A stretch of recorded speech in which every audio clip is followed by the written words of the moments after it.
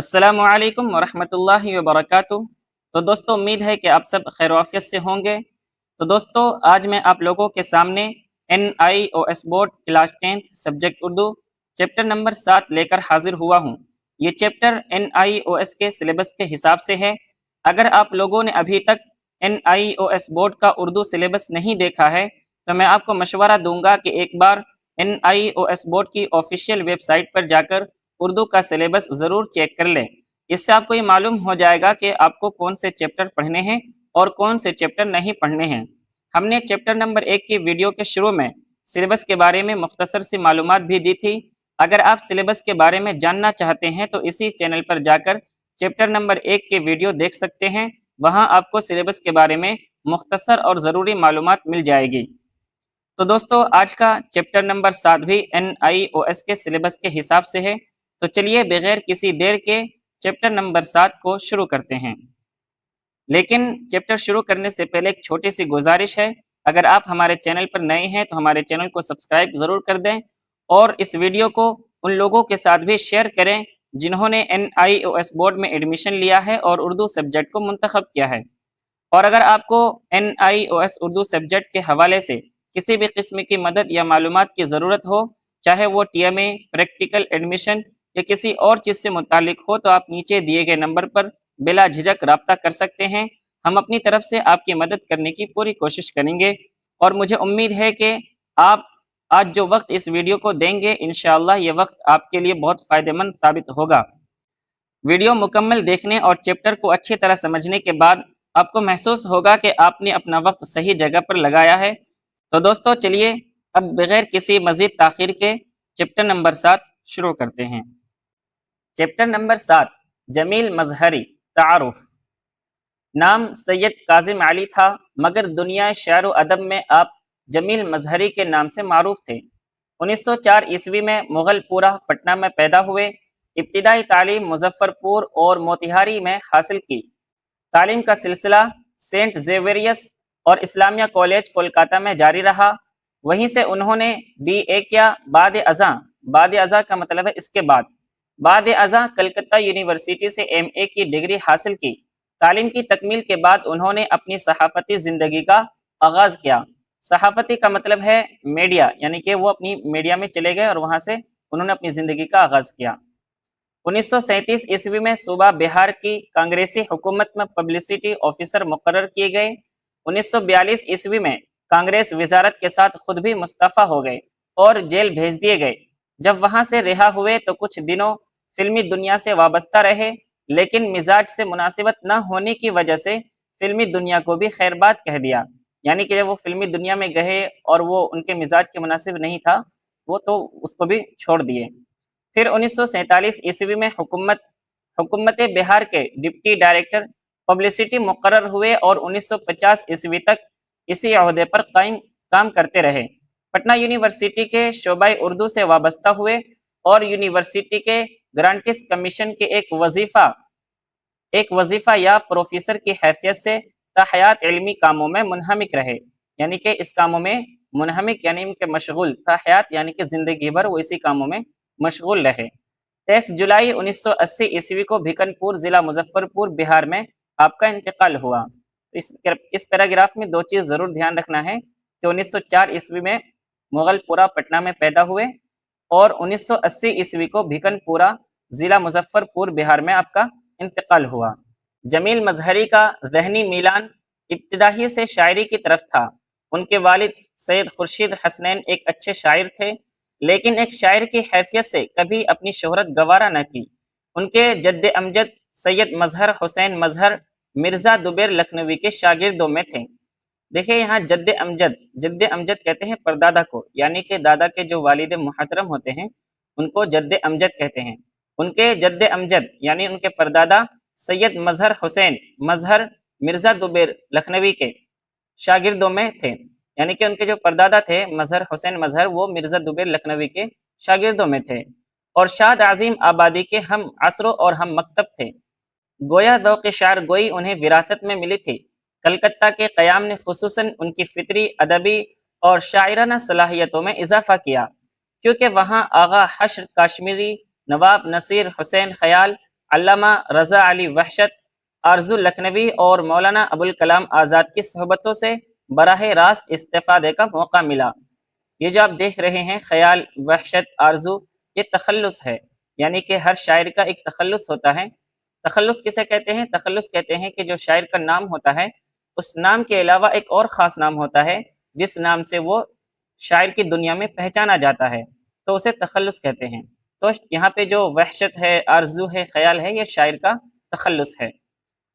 वहशत से बाकायदा इस्लाह ली, लेकिन वहशत ने यह कहकर उस्तादी शागिर्दी का सिलसिला मुनक़ता कर दिया, यानी कि ख़त्म कर दिया, तुम्हें इस्लाह की ज़रूरत नहीं है।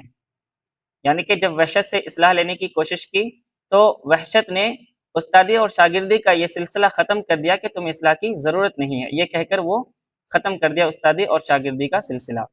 जमील मजहरी ने शायरी के मुख्तलिफ असनाफ पर तबा आजमाई की है। तबा आजमाई का मतलब है अपनी सलाहियत को आजमाना। असनाफ कहते हैं किस्म को, यानी कि शायरी की जो है बहुत सारी किस्में होती है, जैसे कि गज़ल है, नज़म है, रुबाई है, कसीदा है। तो इन सारी किस्मों में जो है जमील मजहरी ने अपनी सलाहियत को आजमाया है। जमील मजहरी ने शायरी के मुख्तलिफ असनाफ पर तबा आजमाई की। गज़ल, नज़म, रुबाई, कसीदा, मरसिया और मसनवी गर्ज के हर मैदान में अपनी इनफरादियत ज़ाहिर की। उनके दो शायरी मजमुए नक्श जमील यानी नज़मों का मजमुआ, फ़िक्र जमील यानी गज़लों का मजमुआ और मसनवी आबो सिराब शाये हो चुके हैं। उनका शुमार उस्ताद शुआरा में होता है, यानी कि जो शुआरा के उस्ताद शुमार किए जाते हैं उनमें जमील मजहरी का नाम भी शुमार किया जाता है। आगे है, जमील मजहरी की शायरी पर रोमानी असरात गालिब हैं। नज़मों में उनकी रोमानियत वाज़ेह शक्ल में सामने आई है, लेकिन उनकी रोमानियत बहुत हद तक शोर व शर से महफूज है। जज्बात निगारी, तस्वीर कशी और माहौल आफरीनी में उन्हें कमाल हासिल था। ज़बान व बयान पर कुदरत रखते थे, एक एक लफ्ज़ निहायत एहतमाम से इस्तेमाल करते थे। आप क्या सीखेंगे? इस नज़म को पढ़ने के बाद आप नज़म का मफ़हूम बयान कर सकेंगे, बंद की तशरीह कर सकेंगे, शायर के ख़यालात को अपने अल्फाज में बयान कर सकेंगे, हिंदुस्तान की खूबसूरती से वाकिफ़ हो सकेंगे, मुश्किल अल्फाज के माने बयान कर सकेंगे, जमील मजहरी की शायराना खूबियों से वाकिफ़ हो सकेंगे, हिब्बुल वतनी के जज्बे से सरशार नज़मों को समझ सकेंगे। हिब्बुल वतनी कहते हैं वतन से मोहब्बत के जज्बे से सरशार नज़मों को समझ सकेंगे। तो ये सारी चीज़ें जो है इस नज़म को पढ़ने के बाद आप समझ लेंगे। आइए अब एक बार नज़म भारत माता पढ़ लें। ये जो है हमारा असल सबक है और यही हमारा नज़म है। इससे पहले हम जमील मजहरी का तारुफ पढ़ रहे थे, अब ये हमारा असल सबक है। भारत माता। माता माता प्यारी माता, बच्चे तुझ पर वारी माता। वारी के माने हैं कुर्बान। ओ माता भारत माता, तुझ पे खुदा की रहमत माता। सुंदरी तू है, हरियाली तू है। सुंदरी कहते हैं खूबसूरत को। सुंदरी तू है, हरियाली तू है, धानी आंचल वाली तू है। धानी के माने हैं कहते हैं हल्के सब्ज रंग को, यानी हल्के सब्ज रंग को धानी कहते हैं। फूल खिलाएं तेरी हवाएं, हुन बरसाएं तेरी घटाएं। हुन के माने हैं दौलत। शहद की नहरें, दूध की धारें, गोदी में जन्नत की बहारें। मीठे मीठे फल देती है, अन्न देती है, जल देती है। अन्न के माने हैं अनाज गल्ला और जल के माने हैं पानी। कंगन और चूड़ी की झनाझन, शायर के दिल की हर धड़कन। नाम तेरा जुबती है माता। जुबती के माने हैं पूजना, इबादत करना। तू कितनी प्यारी है माता, चांदनी रातों के जलवे में, बिंद्राबन के सन्नाटे में। बिंद्राबन मथुरा के करीब कोई जगह का नाम है जो धार्मिक है, तो यहाँ पर उसी का नाम लिया गया है। बिंद्राबन के सन्नाटे में, जब तारों की सभा सजती है, सभा कहते हैं महफिल को। जब तारों की सभा सजती है, हृदय की बंसी बजती है। हृदय कहते हैं दिल को। हृदय की बंसी बजती है। आधी रात को काली कोयल, मौसम की मतवाली कोयल। मतवाली यानी कि मस्त मदहोश। फैलती है जब आम की खुशबू, गीत तेरा गाती है कूकू। जग देता है तुझको दुआएं, जग के माने है दुनिया। जग देता है तुझको दुआएं, हम तेरा गुण किस तरह न गाएं। गुण के माने हैं तारीफ। हम तेरा गुण किस तरह न गाएं। माता तू है हमारी माता, प्यारी माता प्यारी माता। नज़म का तारुफ। ये नज़म हिंदुस्तान के बारे में है। उर्दू में हिब्बुल वतनी पर नज़में कहने की रिवायत रही है। हिब्बुल वतनी के माने हैं वतन से मोहब्बत करना। تو वतन से मोहब्बत करने की जो नज़्में हैं उनकी रिवायत रही है। हिंदुस्तान एक अजीम और वसी और अरीज़ मुल्क है और इसका सिलसिला कश्मीर से कन्याकुमारी और हिमालय की वादी तक फैला हुआ है। इसकी हरियाली, खूबसूरत फ़िज़ाएँ, सरसब्ज़ व शादाब मैदान, फूलों की वादियाँ, फूलों के दरख्त, ज़रख़ेज़ खेत, अनाजों की बहुतात, बहुतात के माने ढेर, यानी कि अनाजों की ढेर, शहद और दूध की फरावानी, पानी के चश्मे, शायरों के नगमे, चांदनी रात के जलवे, तारों की अंजुमन, कोयल की कोंक और आम की खुशबू वगैरह बेमिसल है। यानी ये हिंदुस्तान की तारीफ में ये पैराग्राफ लिखा गया है और ये बेमिसल है, यानी इसकी कोई मिसाल नहीं है।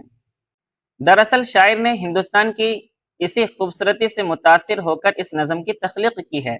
लिहाजा नज़म की तशरीह को समझने के लिए इन बातों को जहन में रखना ज़रूरी है, तभी आप हिंदुस्तान की खूबसूरती और शायर के ख्यालात से इस्तिफ़ादा कर सकेंगे। यानी कि ऊपर जो पैराग्राफ में अभी हम पढ़े हैं, इन सारी बातों को आप अपने ख्याल में रखेंगे, तभी आप इस नज़म की तशरीह को अच्छी तरह से समझेंगे, यानी कि इस नज़म को आप अच्छी तरह से समझ पाएंगे। तो चलिए हम तशरीह इबारत देखते हैं, यानी कि हमने जो नज़म पढ़ा है इसको अच्छी तरह से समझते हैं। माता माता प्यारी माता, बच्चे तुझ पर वारी माता, ओ माता भारत माता, तुझ पे खुदा की रहमत माता। सुंदरी तू हरियाली तू है, धानी आंचल वाली तू है, फूल खिलाएं तेरी हवाएं, हुन बरसाएं तेरी घटाएं, शहद की नहरें दूध की धारें, गोदी में जन्नत की बहारें, मीठे मीठे फल देती है, अन्न देती है जल देती है, कंगन और चूड़ी की झनाझन, शायर के दिल की हर धड़कन, नाम तेरा जुबती है माता, तू कितनी प्यारी है माता। तो यहाँ तक जो है हम इसको अच्छे से समझने की कोशिश करते हैं। दर्जे बाला अशआर में शायर ने हिंदुस्तान की आज़मत और उसकी कुदरती हुस्न के नगमे गाए हैं और उसकी बहुत ही मुअत्तर और दिलकश मंजर कशी की है। शायर ने भारत को माँ से तशबीह दी है। तशबीह का मतलब है किसी एक चीज़ को दूसरी चीज़ जैसा बताना, इसे तशबीह कहते हैं। यानी कि भारत को शायर ने माँ से तशबीह दी है, यानी कि भारत को माँ जैसा कहा है। शायर के नज़दीक वतन भी माँ की तरह अजीम और काबिल ताज़ीम है और इस नज़म में उसने अपने वतन भारत के तक़द्दुस और उसकी बड़ाई को पेश करने की कोशिश की है। वो कहता है कि ए प्यारी माता, बच्चे तुझ पर कुर्बान हो जाएं और तुझ पर खुदा की रहमत हो, तू बहुत ही खूबसूरत है। हर तरफ हरे भरे दरख्त और सब्ज़ाजार फैले हुए हैं, हर तरफ हरियाली ही हरियाली नज़र आती है, जिसकी वजह से यहाँ की फ़िज़ा बहुत ही हसीन और पुरकशिश मालूम होती है। यहाँ की आबो हवा, आप के माने है पानी, हवा के माने हवा, आबो हवा यानी कि पानी और हवा। यहाँ की आबो हवा बहुत ही ज़रखेज़ है। जब हवाएं चलती हैं तो हर तरफ फूल ही फूल खिल उठते हैं, खुशबू और खूबसूरती हर तरफ फैल जाती है, फिजाएं महक उठती है। जब आसमानों पर अब्र की घटाएं उठती है और बारिश होती है तो नदी नाले और चश्मे पानी से भर जाते हैं। हमारे खेत और बागात हरे भरे हो जाते हैं, इनमें खूब फसल उगती है और ये हमारे लिए दौलत का जरिया बनते हैं। इसलिए शायर ने घटाओं को हुन बरसाने वाली यानी दौलत बरसाने वाली कहा है, जो एक खूबसूरत इस्तिआरा है, और भारत माता को धानी आंचल वाली से तशबीह दी है। इस्तिआरा और तशबीह में ये फ़र्क है कि तशबीह कहते हैं एक चीज़ को दूसरी चीज़ जैसा बताना, उसे तशबीह कहते हैं, और इस्तिआरा कहता है एक चीज़ को आर्जी तौर पर थोड़ी देर के लिए दूसरी चीज़ का नाम दे देना, इसको इस्तिआरा कहते हैं। जैसे घटाओं को यहाँ शायर ने हुन बरसाने वाली कहा है, यानी कि वो दौलत बरसाने वाली कहा है, तो इसको इस्तिआरा कहते हैं। इस इस्तिआरा और तशबीह को हम और अच्छे मिसालों से और अच्छी तरह से अगली वीडियो में समझेंगे। अगर हम इस वीडियो में इसको समझेंगे तो ये वीडियो ज़्यादा लंबी हो जाएगी, इसलिए हम इसको अगले वीडियो में समझेंगे। अक्सर ग्रामर और सवालात और जवाबात होंगे जो इस चैप्टर के अंदर आए हैं, तो हम अगली वीडियो में इसको और अच्छी तरह से समझेंगे। फिर वक्त हम आगे चलते हैं। फिर आगे चलकर शायर कहता है कि खाने पीने की चीज़ों की यहाँ कोई कमी नहीं है, शहद और दूध की बहुतात है, मुख्तलिफ किस्म के फल और मेवे ज़्यादा मिकदार में पाए जाते हैं। शायर भारत माता से मुखातब होकर कहता है कि ए माँ, तो गल्ला, खाना और पानी भी देती है। शायर ने इस खूबसूरत मंजर को जन्नत की बहारों से तशबीह दी है। जिस तरह जन्नत में शहद और दूध की नहरें होंगी, फल और बागात होंगे, इसी तरह भारत माता की गोद इन सारी नेमतों से भरी हुई है और जन्नत का मंजर पेश कर रही है। ऐ माँ, दोशीज़ा के कंगन और चूड़ी की झनाझन की आवाज़ों में शायर के दिल की धड़कन और उसके हर नगमे में तेरा और सिर्फ तेरा ही नाम है कि तू कितनी प्यारी और दिलकश है। जबान के बारे में शायर ने अपने मुल्क भारत को माता यानी माँ से तशबीह दी है। मुल्क की आज़मत को माँ के तक़द्दुस की तरह अजीम बताया है। सुंदरी हिंदी के लफ्ज़ सुंदर से बना है। सुंदर के माने खूबसूरत के हैं, या की निस्बत से सुंदरी बनाया गया है, इसके माने भी खूबसूरत के हैं। भारत की हरियाली और उसमें फैले हुए सब्ज़ाज़ारों को शायर ने धानी आंचल वाली से तशबीह दी है। चौथे शायर में शायर ने हुन की मुनासिबत से घटाओं का खूबसूरत इस्तिआरा इस्तेमाल किया है। घटाएं बारिश का दरिया बनती है, बारिश से खेत और बागात सैराब हो जाते हैं और उनमें खूब फसल उगती है और फिर ये हमारे लिए दौलत का जरिया बनते हैं। अक्सर व बेशतर अल्फाज को जमा की सूरत में इस्तेमाल किया गया है, जिससे बात में वजन और जोर पैदा हुआ है। लफ्जी तकरार भी इस हिस्से में देखी जा सकती है, मसलन ओ माता, भारत माता, मीठे मीठे वगैरह। यानी कि लफ्जी तकरार, तकरार लफ्जी उसको कहते हैं, एक ही लफ्ज को दो बार या बार बार इस्तेमाल किया जाए तो उसे तकरार लफ्जी कहते हैं। जैसे कि माता, भारत माता, यहाँ माता दो बार इस्तेमाल हुआ है, मीठे मीठे यहाँ भी दो बार इस्तेमाल हुआ है, और ये ऊपर के ही गजल में से हैं। अब जो हमने ऊपर पढ़ा है, हम इनके मुतालिक चंद सवालात और उनके जवाबात को देख लेते हैं। अपने मतन की मदद से अशार की सही तरतीब करें। यहाँ एक कॉलम है अलिफ का, दूसरा कॉलम है बा का। इन दोनों को मिलाकर एक एक अशार को सही तरतीब देना है। जैसे देखिए, नंबर 1, सुंदरी तू है, हरियाली तू है, धानी आंचल वाली तू है, यानी कि अलिफ कॉलम का पहला और बा कॉलम का ये बी दूसरा लाइन, इन दोनों को मिलाकर ये एक मिसरा सही तरतीब से बनती है। दूसरे नंबर पे है शहद की नहरें, दूध की धारें, गोदी में जन्नत की बहारें। अलिफ कॉलम का ये दूसरा लाइन और बा का ये डी वाला लाइन, ये दोनों को मिलाकर सही तरतीब बनती है। तीसरे नंबर पर है मीठे मीठे फल देती है, अन्न देती है, जल देती है, यानी कि अलिफ कॉलम का ये तीसरा लाइन और बा का ये आखिरी ई वाला लाइन, तो ये दोनों मिलाकर सही तरतीब बनती है। चौथा है फूल खिलाएं तेरी हवाएं, हुन बरसाएं तेरी घटाएं। अलिफ का ये चौथा लाइन और बा का ये सी वाला लाइन, इन दोनों को मिलाकर सही तरतीब बनती है। पांचवा है कंगन और चूड़ी की झनाझन, शायर के दिल की हर धड़कन, यानी कि अलिफ का ये आखिरी लाइन और बा का ये पहला लाइन, इन दोनों को मिलाकर सही तरतीब बनती है। तो हमने आपको यहाँ तरतीब के साथ बताया है कि किसको कहाँ मिलाकर हम एक एक मिसरे को सही तरतीब में बना सकते हैं। अब हम आगे चलते हैं। शायर ने किस मुल्क के बारे में कहा है कि धानी आंचल वाली तू है? ईरान, पाकिस्तान, भारत, श्रीलंका। इसका सही जवाब है सी, भारत, यानी कि भारत के बारे में उसने कहा है कि धानी आंचल वाली तू है। नंबर 3, दर्ज झेल अशार को अपनी मतन की मदद से मुकम्मल करें। यहाँ जो खाली जगह है, हमें इनमें कुछ अल्फाज रखना है जिसके जरिए कि ये मतन मुकम्मल हो जाए। जैसे कि हम पहला देखते हैं, ओ माता, भारत माता, यहाँ पे हम ओ माता लिखेंगे। तुझ पे खुदा की रहमत माता, तो यहाँ पे हम रहमत माता लिखेंगे। सुंदरी तू है, हरियाली तू है, यहाँ पे हम है हरियाली लिखेंगे। धानी आंचल वाली तू है, यहाँ पे हम धानी लिखेंगे। फूल खिलाएं तेरी हवाएं, यहाँ पर हम फूल लिखेंगे। हुन बरसाएं तेरी घटाएं, और यहाँ पर हम हुन लिखेंगे। शहद की नहरें, दूध की धारें, यहाँ पर हम धारें लिखेंगे। गोदी में जन्नत की बहारें, यहाँ पर हम बहारें लिखेंगे। मीठे मीठे फल देती है, यहाँ पर हम मीठे मीठे लिखेंगे। अन्न देती है, जल देती है, तो यहाँ पर हम अन्न लिखेंगे। ऐसा लिख करके हम इस इबारत को मुकम्मल कर पाएंगे। आगे अभी जो हमने इसको हल किया है, तो इसका यही जवाब है कि यहाँ पर वो सारी चीज़ें लिखेंगे जो हमने अभी आपको बताया है और इस मतन को मुकम्मल करेंगे। सवाल नंबर 4, सुंदरी और हरियाली शायर ने किसके लिए इस्तेमाल किया है? सुंदरी और हरियाली, सुंदरी के माने हैं खूबसूरत और हरियाली के माने सरसब्ज़ शादाब, यानी कि दोनों अल्फाज शायर ने किसके लिए इस्तेमाल किया है? तो इसका सही जवाब है हिंदुस्तान, भारत, ये दोनों अल्फाज शायर ने भारत के लिए इस्तेमाल किया है। सवाल नंबर 5, दर्ज झेल अल्फाज के माने लिखें। वारी, वारी के माने हैं कुर्बान करना। सुंदरी के माने हैं खूबसूरत।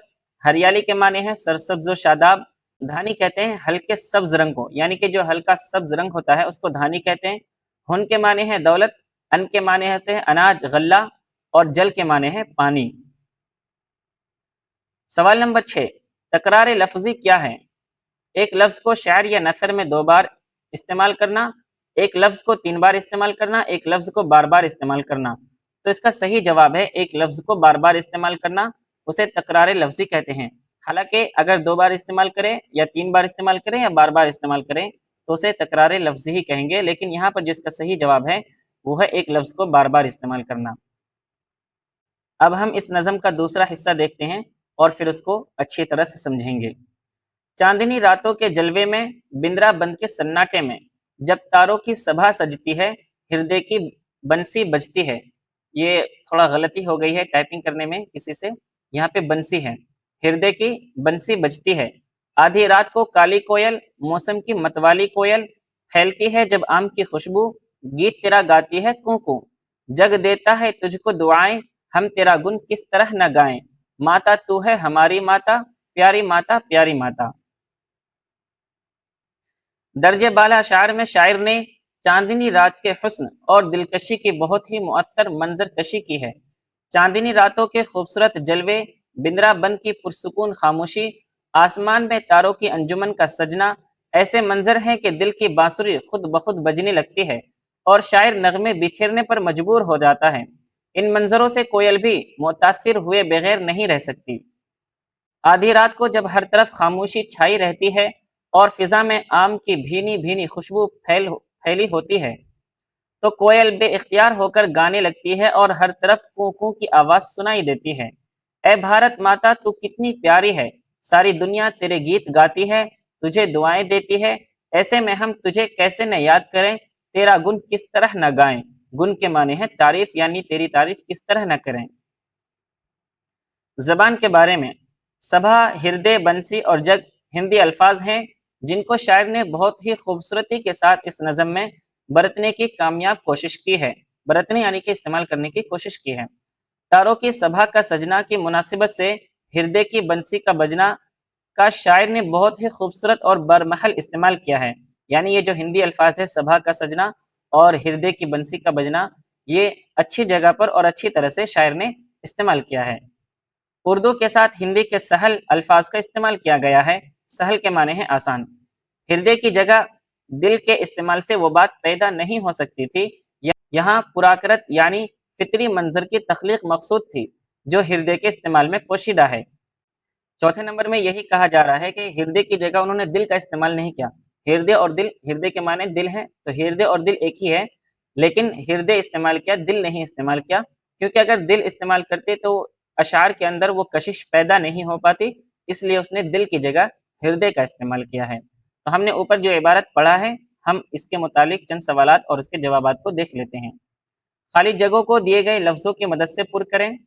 چاندنی راتوں کے جلوے میں، یہاں 2 الفاظ ہیں، ان میں سے ایک کو صحیح چننا ہے۔ تو چاندنی راتوں کے جلوے، بندرا بن کے سناٹے میں، جب تاروں کی سبھا سجتی ہے، ہردے کی بنسی بجتی ہے، آدھی رات کی کالی کوئل، موسم کی متوالی کوئل۔ تو ہم نے آپ کو بتایا یہاں کون سے الفاظ کو رکھنے ہیں۔ یہاں 2 الفاظ ہیں سب میں، ان میں سے کسی ایک کو یہاں پر رکھ کر اس متن کو صحیح طریقے سے حل کرنا ہے۔ نمبر 2، درست پر صحیح اور غلط مصرے پر غلط کا نشان لگائیے۔ جب تاروں کی سبھا سجتی ہے، یہ صحیح مصرع ہے۔ ہردے کی بنسی بجتی ہے، یہ بھی صحیح مصرع ہے۔ موسم کی متوالی چڑیاں، یہ غلط مصرع ہے۔ پھیلتی ہے جب آم کی خوشبو، یہ صحیح مصرع ہے۔ گیت تیرا گاتی ہے کوئل، یہ غلط مصرع ہے۔ جگ دیتا ہے تجھ کو دعائیں، اور یہ صحیح مصرع ہے۔ نمبر 3، الف اور با کو ملا کر اشعار مکمل کریں۔ تو اسے بھی ہم ایسے ہی مکمل کریں گے جیسے کہ ہم نے اوپر اشعار کو ایک ترتیب سے مکمل کی ہے۔ یہاں 2 کولم ہیں، الف اور با۔ چلیے نمبر 1، چاندنی راتوں کے جلوے، بندرا بند کے سناٹے میں، یعنی کہ الف کولم کا پہلا اور با کولم کا دوسرا لائن بی والا، ان دونوں کو ملا کر ہم ایک مصرع صحیح ترتیب کے ساتھ بناتے ہیں۔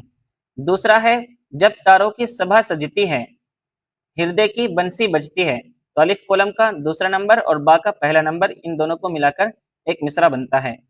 نمبر 3، آدھی رات کو کالی کوئل، موسم کی متوالی کوئل، الف کا تیسرا لائن اور با کا آخری لائن، ان دونوں کو ملا کر ایک مصرع مکمل طور پر بنتا ہے۔ چوتھے نمبر پر ہے پھیلتی ہے جب آم کی خوشبو، گیت تیرا گاتی ہے کوں کوں، यानी कि अलिफ का ये चौथा मिसरा और बा का सी वाला लाइन तीसरे नंबर पर जो है गीत तेरा गाती है कुकू, ये दोनों मिलाकर एक मिसरा बनता है। अलिफ का आखिरी पांचवा लाइन जग देता है तुझको दुआएं, हम हम तेरा गुन किस तरह न गाएं। तो अलिफ का आखिरी पांचवा लाइन और बा का डी वाला लाइन तो दोनों को मिलाकर एक मिसरा बनता है। अब हम आगे चलते हैं। नंबर 4, मुंदरजा झेल अल्फाज के माने बताइए। जलवे, जलवे के माने हैं दीदार। यहाँ जितने भी अल्फाज हैं उन सब के माने बताना है। तो जलवे, जलवे के माने हैं दीदार। सभा का माने है महफिल। हृदय के माने हैं दिल। बंसी कहते हैं बांसुरी को। जग के माने हैं दुनिया और गुन के माने हैं तारीफ। मतवाली के माने हैं मदहोश मस्त। बिंद्राबंद मथुरा के करीब किसी जगह का नाम है जो एक धार्मिक जगह है। शायर ने हिंदी के लफ्ज जग का इस्तेमाल किया है, बताइए कि दुनिया का इस्तेमाल क्यों न किया। जग और दुनिया अगर हम माने हैं, यानी कि जग के माने भी दुनिया है और दुनिया तो दुनिया है ही, तो दोनों के माने एक ही हैं। तो जग और दुनिया अगर हम माने हैं, लेकिन ज़रूरत शायरी के मुताबिक इस शायर में जग लफ्ज का इस्तेमाल किया गया है। अगर जग की जगह दुनिया लिखा जाता तो शायर का हुस्न ही खत्म हो जाता। जैसे ये कहा जा सकता है कि दिल की दुनिया मगर दिल का जग नहीं लिखा जाता। नंबर 2, जग दुनिया से ज्यादा कशिश रखता है। तो इसका सही जवाब है पहला कि जग और दुनिया अगर हम माने हैं। तो ये जो पैराग्राफ है यही सही जवाब है कि उसने जग का इस्तेमाल किया है। अगर जग की जगह दुनिया इस्तेमाल करते तो शायर का हुस्न खत्म हो जाता। सवाल नंबर 6, बिंद्राबन किस जगह है। मध्य प्रदेश, उत्तर प्रदेश, आंध्र प्रदेश। तो इसका सही जवाब है उत्तर प्रदेश, यानी कि बिंद्राबन जो है वो मथुरा में है और मथुरा उत्तर प्रदेश में है। तो इसका सही जवाब है उत्तर प्रदेश। अंदाज़े बयान, शायर के अंदाज़े बयान के बारे में भी हम थोड़ा देख लेते हैं। नज़म छोटे बहर की है और मथनवी के अंदाज को बरता गया है। शायर ने हिंदुस्तान की खूबसूरती और उसके हुस्न को उजागर करने के लिए तशबीह, इस्तिआरा और किसी कदर मुबालगा से भी काम लिया है। तराकीब व अल्फाज आसान हैं। हिंदी के अल्फाज का खूबसूरत इस्तेमाल हुआ है। भारत के कुदरती मनाजिर की बहुत खूबसूरती से मंजर कशी की गई है। नज़म एक रवानी के साथ आगे बढ़ती है, किसी किस्म की रुकावट का एहसास नहीं होता। शायर का अंदाज बयान बहुत मुअत्तर और दिलकश है। इस नज़म में हिंदुस्तानी रंग और आहंग के लिए उर्दू और हिंदी जैसे अल्फाज का इस्तेमाल किया गया है। यानी कि इस नज़म को खूबसूरत बनाने के लिए हिंदी जैसे अल्फाज का और उर्दू जैसे अल्फाज का इस्तेमाल किया गया है। तो आपने क्या सीखा। शायर ने भारत को माँ से तशबीह दी है और माँ की तरह अजीम बताया है। भारत की फिजा बहुत ही पुरकशिश और हसीन है। खाने पीने की चीज़ों, फल, मेवे, शहद और दूध की बहुतात है। शायर ने भारत के खूबसूरत मंजर को जन्नत की बहारों से तशबीह दी है। हिंदी के अल्फाज का खूबसूरत और बरमहल इस्तेमाल किया गया है। बरमहल यानी कि हिंदी के जो अल्फाज है वो अच्छी जगह पर और खूबसूरत अंदाज में इस्तेमाल किया गया है। तो आपने ये सारी चीज़ें हैं जो हैं तो आपने ये सारी चीज़ें इस नज़म से सीखी हैं। उसके बाद है इख्तितामी सवालात। तो इन तमाम तर सवालात के जवाबात जो है वो हम आपको अगली वीडियो में देंगे।